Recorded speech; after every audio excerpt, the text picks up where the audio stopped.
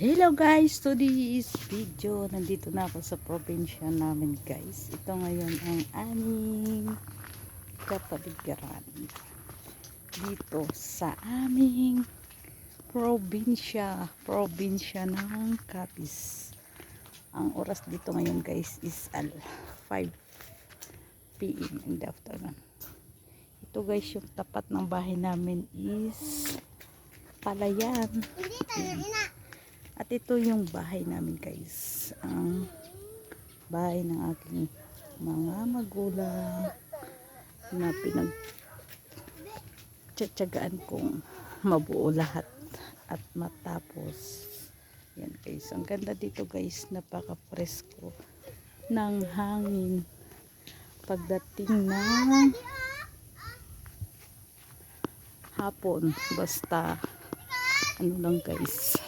Tsaka dito guys, so may papakita ako sa inyo ngayon guys, kasi na-amaze talaga ako guys. Nakita pa yung bra sa video. Ito guys, ang aming alugbati. Nakita nyo ba yan guys? Oh, yan yung timba na yan guys. Nung maliit pa lang yan ay tambo yan guys, tambo. Pinakip sa tambo hanggat sa tumaas yung kawayan, hindi nila tinanggal yung timba. Tingnan nyo guys, ayan, yan guys, oh. Yan, hanggat pataas ng pataas yan guys, bit-bit ng tambo yung, ano yan guys, labong sa Tagalog. Ayan, kita yan guys, pataas ng pataas, hindi siya nalalaglag. Kita nyo yan guys. Iwan ko paano mangyari dyan pag nagkaroon na ng sanga yung ano, kawayan.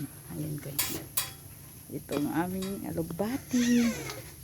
At saka ito yung aming mangga guys, na maraming bunga. Ayan. Ito guys yung gilid ng aming bahay guys. Ilog. Ayan guys, so ilog yan dyan.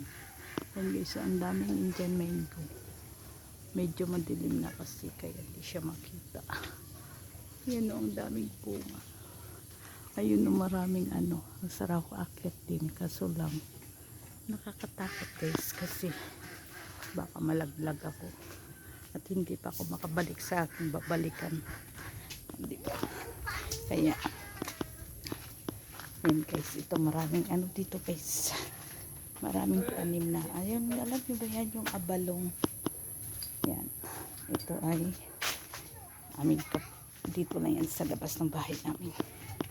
Ito ay alimhon pala ito guys, alimhon, yung pinapaligo ng bagong panganak. Itong dahon na to, hindi pala siya ano, alimhon pala yan guys, alimhon. Yung pinagpapaligo pag bagong panganak. Yan. Ito pa guys yung kusina namin, na ito yung kusina namin na kailangan ko pang pagtiyagaan, ay dahil ito ay aking ipapaayos pag gagawan ko ng up ng taas yan, kasi para pag magbaha guys ay may aakyatan yung mga pamilya ko. Yan, dapat pantayan dun sa taas din. Yan, pagbalik ko sa awa ng Diyos, mabubuo din yan. Ang laki ng bahay namin guys, ganyan, ganyan sa kahaba. Oh. Yan. Tapos na yan lahat sa loob guys, kisame na lang ang kulang. Mas uunahin ko muna yung kusina namin pag nakabalik na ako. Kaya yan na guys, hanggang dito na lang. Yan ang aming kapaligiran dito sa probinsya ng Capiz.